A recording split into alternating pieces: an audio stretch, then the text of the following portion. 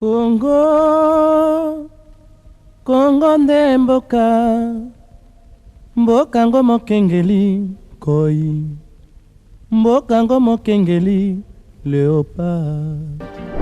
N'hésitez pas à liker la vidéo si elle vous plaît et si vous êtes nouveau sur la chaîne, n'oubliez pas de vous abonner et d'activer la notification pour ne rater aucune de nos prochaines vidéos. Kina mosolo ya mboka Congo ekoki, tofungwani misolelo, tomoni bozoba nyonso tosali, oya kobongisa Congo avenir, ebongi tosala, moto nyonso ata mwana. Congo ya mosolo mpembe ya nzoku, Congo ya bwanya kasa ya mbila, Congo ya makasi moto ya nkoi.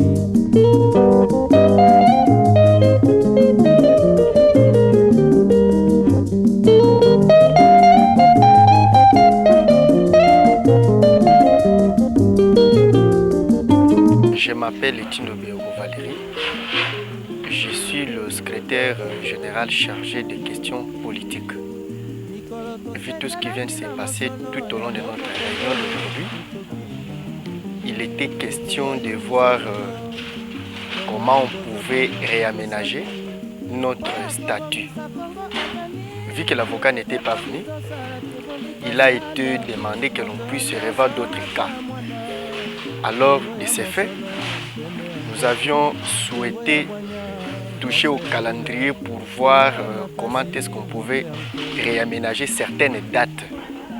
Voilà pourquoi nous avions souhaité d'abord interpeller nos membres afin qu'ils puissent chaque fois participer aux réunions régulièrement. Et nous avions demandé aussi au secrétariat général de pouvoir harmoniser leur communication parce que dès que la réunion est affectée ailleurs, il aurait fallu informer les gens au préalable que de laisser comme ça et puis la place qui avait été demandée pour que les gens y aillent est toujours comme ça. Donc c'était vraiment impossible pour que les gens se rendent là-bas. Mais maintenant que la situation est décantée, maintenant là nous avions tenu la réunion et puis nous avons remercié les gens.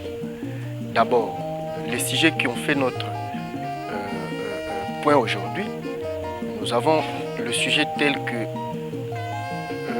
le réaménagement de notre statut.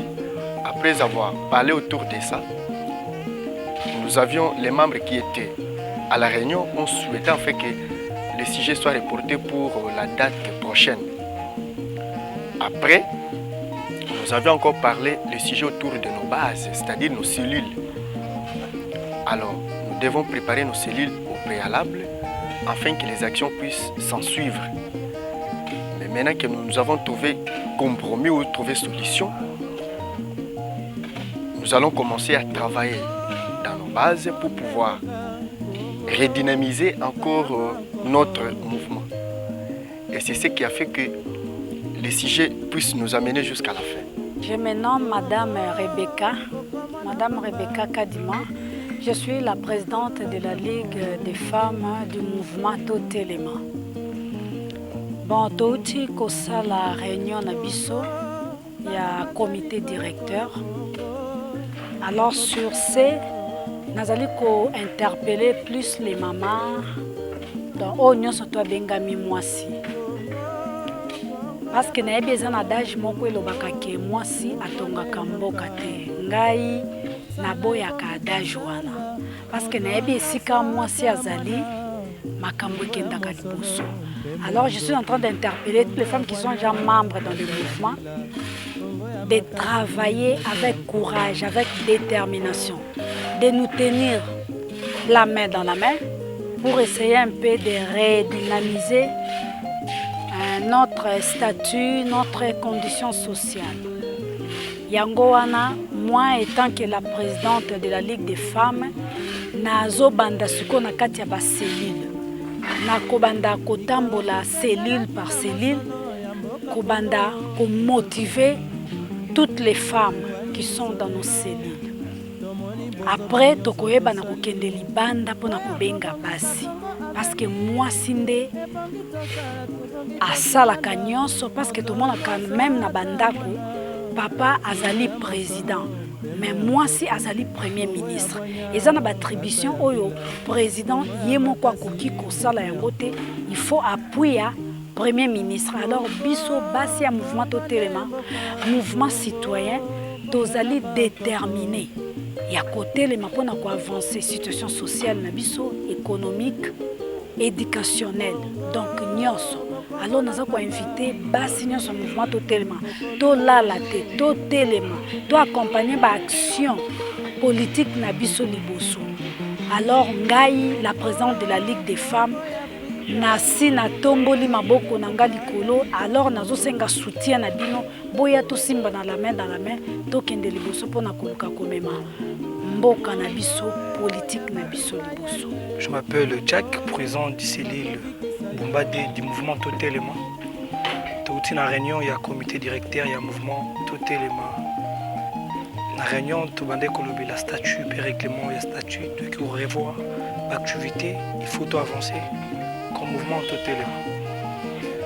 Mingi, je dois baser sur ma cellule parce qu'il contrôle les autres salles, mais vraiment ma cellule. On doit bosser pour avoir des bons résultats. Comment nous appartient nous tous, tant que des jeunes. Aujourd'hui, on peut s'écarter parce qu'on dit c'est la politique.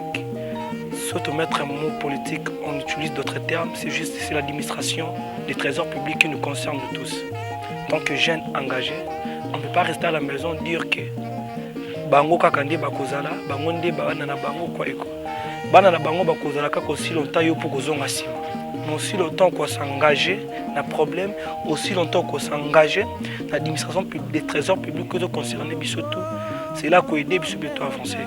J'aimerais que ces jeunes, quand à l'âge noté, Congo est habitué à lobby, c'est nous les jeunes qui la révélation relève en boca au lobby, c'est nous les jeunes enseignement lobby à Panabiso. Donc ceux qui doivent se mettre à côté, difficultés qu'on va venir dans Biso, considération même il y a des titres aux salles, tant aux deux déjà aux alliés nuyer politique et en boca tant qu'intellectuel, tant que jeune, au hasard dans quatre en boca, aux quoi nier à venir na yopé, aux a mettre à venir à côté. Ok, politique en boca koboma, éducation na yo koboma pas venir no ya lobby.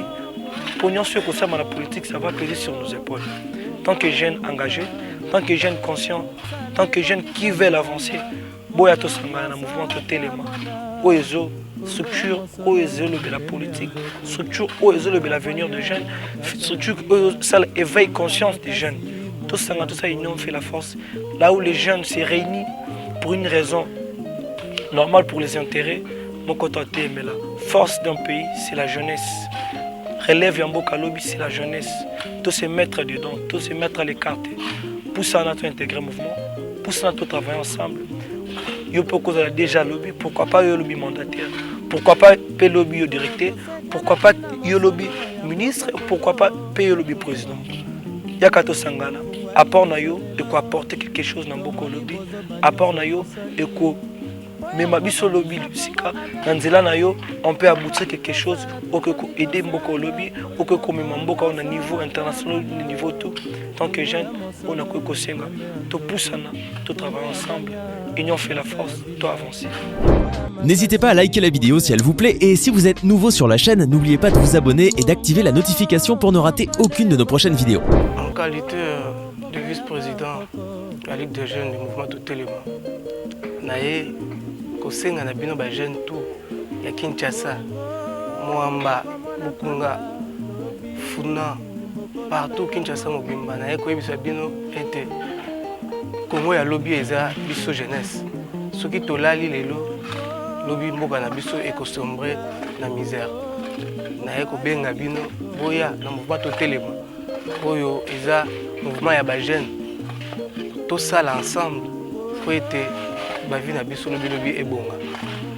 Lelo tozomona ba papa na baza ebele baza wana basi bakoli baza bakoko bakoza l'éternel te.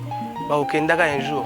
Tosala ete biso nde to remplacer bango na ba place wana. Alors na kosenga na bino boya na mouvement Totelema to travailler ensemble pour na mboka na biso Congo. To travailler ensemble Ce qui est la faiblesse, c'est parce que les jeunes sont impliqués.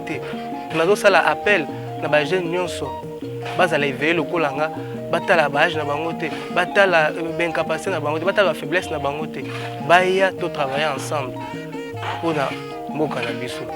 Parce que aussi na ko lancer message na ba jeune no ebele bazana bazaka nzela, ba mona keno baza son espoir te ya vie. Baya lobby au sutuka pe au comme ministre, lobby au sutuka pe au tangi au sutuka pe vino ebongi na mouvement totalement. Boya to travailler ensemble, c'est pas de la blague, c'est du sérieux. Boya to travailler ensemble. Na bengi bino vraiment, ils ont été que tu ça la comédie. Ah, tu étais na combo ya mutumo bwepo to lukambongo mais na bengi bino nde to travailler ensemble. Tout ça là été mouvement la biso qui est tout ça là été lobby Congo et bonga par nous la jeunesse parce que les Congo de demain c'est la jeunesse. En ma qualité du conseiller principal de la cellule de Bumba 2 de la jeunesse mouvement totalement. Je viens t'inviter, yo Mutuzu Libaku ya Rolandanga, jeune fille, jeune garçon. Ne regarde pas ton âge, toi tu es jeune à ta qualité, tu es jeune avec tes potentialités, tu es jeune avec ton talent. Nous t'invitons tel que toi tu es. Toi seulement tu es jeune congolais, mais si quand nous t'invitons, viens participer à ce mouvement parce que le mouvement les jeunes yo ozala nakati. Pour préparer le lobby en mission. On voit la jeunesse en débandade, la jeunesse n'est pas prise en compte parce que comme ils veulent, ils ne sont pas conscientisés. Alors, Biso Tolingi Jeunesse, Tosangana, Yo Yaka Tosangana, ensemble, nous allons partir de l'avant. Nous voulons que Mboka Nabiso ait à la préparer. Nous ne voulons pas être surpris. Bino, jeunes, vous entendez, tous les politiciens ne parlent que de vous. Jeunesse par-ci, par-là. Même voir Mokonzambo Kazo promettre qu'à promouvoir jeunesse. Mais jeunesse en ozo monanate. Yango to invité yo mutuzu opportunité à Hollanda Biso, viens adhérer à notre mouvement. Viens adhérer à ce mouvement. C'est ton mouvement, c'est mon mouvement aussi. Quand nous serons ensemble, nous allons faire de bonnes choses. Kongo ya Bwanya, Kasa ya Mbila, Kongo ya Makasi, Moto ya Nkoi.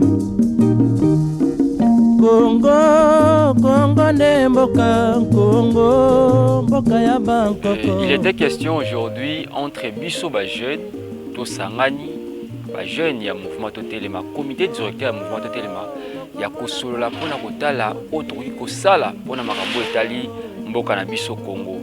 Et d'abord, Pona Kotala au Itali Congo, Tobongisa Kinanu, Liboke na Biso, mouvement Totelema, les Andengenini. Qu'est-ce qu'il faut faire pour que le mouvement Totelema ait un liboso? Qu'est-ce qu'il faut faire pour que le lobby Tokoma remplacer Mboka lelo parce que jeunesse n'est allé à venir à lobby. Ba jeune autres allé lelo n'est allé à venir à lobby.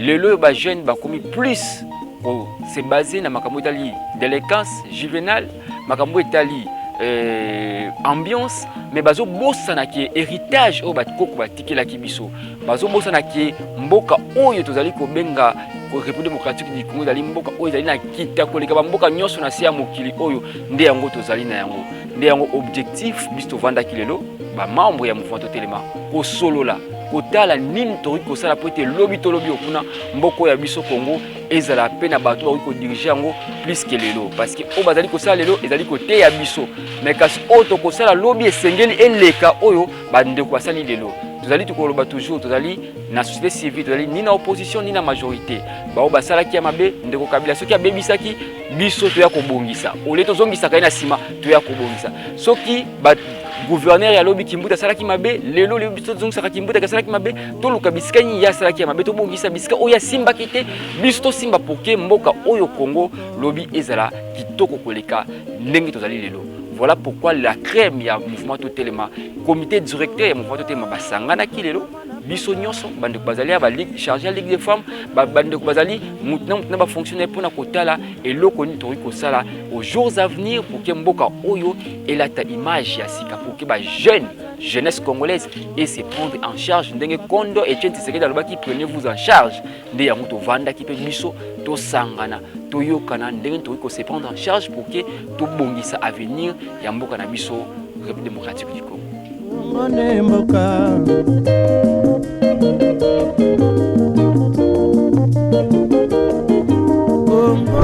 N'hésitez pas à liker la vidéo si elle vous plaît et si vous êtes nouveau sur la chaîne, n'oubliez pas de vous abonner et d'activer la notification pour ne rater aucune de nos prochaines vidéos.